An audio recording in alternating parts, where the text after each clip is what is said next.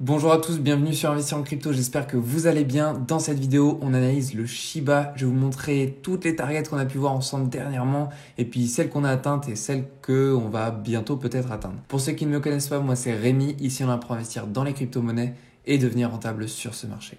Alors déjà, petite mise à jour sur le long terme, toujours comme d'habitude, super important.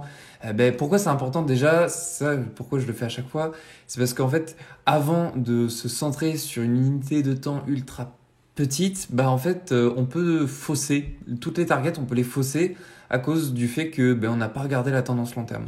Donc c'est pour ça que je vous fais toujours ça. Donc dans un premier temps, déjà, vous voyez, on a des points bas de plus en plus hauts sur le long terme. Là, on voit sur le graphique. Alors attendez, je crois que j'en ai un autre. Pour le coup, là, sur les deux graphiques que je vous montre, on n'a pas les antécédents, mais on est vraiment sur une crypto qui est bullish. Alors quand ça part bullish, on a souvent, ce que j'ai remarqué ici, une période d'accumulation avant de partir à la hausse. Et quand on part à la hausse, le Shiba ne rigole pas. Je crois que dans mes souvenirs ici, il était dans la 40e, 50e place. Et à ce moment-là, il nous a fait un to the moon, un plus 1000%. Donc c'est énorme. Donc là, moi, je vois deux choses. Dans ma tête, la configuration, c'est soit on nous refait ici la même chose, une période d'accumulation, peut-être pas aussi longue que celle-ci, vu au fait que, je pense que le Bitcoin aura toutes ses chances à partir à la hausse pour ce printemps 2022. Et donc à ce moment-là, soit on vit une accumulation et on part, vous voyez, accumulation et on part à la hausse, soit alors on casse la configuration, les anciennes configurations qu'on avait vécues ici et aussi dans le passé, c'était la même chose. Et à ce moment-là, on part direct à la hausse. Donc on peut très bien casser les anciennes configurations. D'ailleurs, les raisons qui me poussent à dire ça, c'est que le marché ne se répète jamais. Maintenant, si je zoome un petit peu plus, on voit qu'ici, on a une tendance depuis novembre 2021 baissière. On n'a pas formé de nouveaux points plus hauts. Ah si, peut-être celui-ci. Si, juste celui-ci à la limite. Ce qu'on peut voir d'ailleurs à ce moment-là, c'est qu'on a une résistance à un support qui nous forme un canal haussier. Ce canal haussier qui n'est pas très vertical, mais c'est déjà une bonne nouvelle. Tant qu'on ne casse pas ce support, on reste bullish à court terme. Donc maintenant, je vais zoomer un petit peu plus et je vais vous énoncer les potentiels targets à aller chercher. Déjà, on peut supprimer ça. Notre zone d'imbalance a été comblée avec perfection. On a atteint la zone des 0,4025 $ et tout pile à l'instant, juste avant que je vous allume la vidéo, on a atteint la target des 0,4023 $. Alors, c'est magique parce qu'on s'y est arrêté pile dessus. Bon, je dis c'est magique. En soi, c'est de l'analyse technique. Et je ne suis pas là pour vous dire que je suis un magicien. Au contraire, vous-même, vous pouvez le faire de votre côté.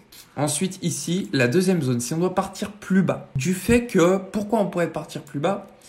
C'est le Bitcoin qui m'embête. On a une prise de position énorme et on a des positions qui sont dans le but d'être acheteuses. 65% des positions sont acheteuses. Donc les liquidités, là où il faudrait aller les chercher, c'est à la baisse, la majorité. En tout cas depuis 3 mars 2022, depuis pas longtemps. Donc quand on a un croisement comme ça, en général, on part à la baisse. Voilà, si on doit partir plus bas, on a la target ici des 1,618 de notre extension de Fibonacci qui nous amène au 0,4022 $. Et ça, ce serait selon moi la dernière target à aller chercher. Vraiment la dernière. Alors pourquoi je vous dis c'est la dernière ? Tout simplement parce qu'ici, on a un support qui nous assure à ne pas partir en dessous. Maintenant, si on a un crash violent sur le Bitcoin, ce qui n'est pas à mettre de côté, c'est possible. On pourrait aller visiter cette target des 0,402 $, mais je doute fortement que si on va visiter cette target, on clôture en dessous ce support. En weekly, je pense que, en 7 jours, on aura le temps de revenir au-dessus pour clôturer au-dessus. Je parle bien dans weekly. Maintenant, si on clôture en dessous de ce support, ça annoncera une continuité, je pense, de la tendance baissière. Et de ce fait, on irait combler tout doucement, mais on le fera, la zone d'imbalance qu'on a ici, 0,508 $. Alors, je ne pense pas qu'on ira jusque-là, car la capitalisation boursière du Shiba s'effondrerait, mais on pourrait le combler partiellement, peut-être jusqu'au 0,4015 $ pour prendre la liquidité ici. Donc voilà, c'est tout à fait envisageable. Donc voilà sur le court terme ce que j'avais à vous dire pour la crypto-monnaie du Shiba. Si ce que je peux appuyer aussi, c'est la target des 0,402 $, c'est, vous voyez, une zone où on a énormément de liquidités puisqu'on a un équal low, une zone sur laquelle nous avons énormément de positions acheteuses. Et bon, si on peut partir un peu plus positif, parce que quand même c'est bien de partir un peu positif, même si là, je vous le dis clairement, ce que je pense. Pour moi, ça va partir à la baisse, suite à ce qu'on voit là.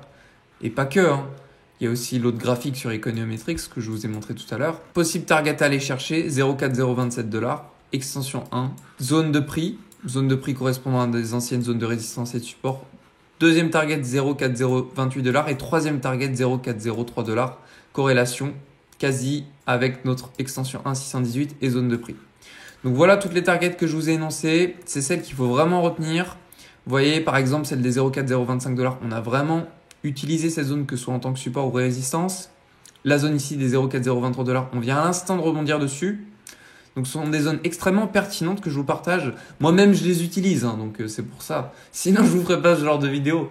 Mais après il y a possibilité aussi, vous voyez, de les franchir d'un coup. Ça c'est pas impossible non plus. Donc voilà.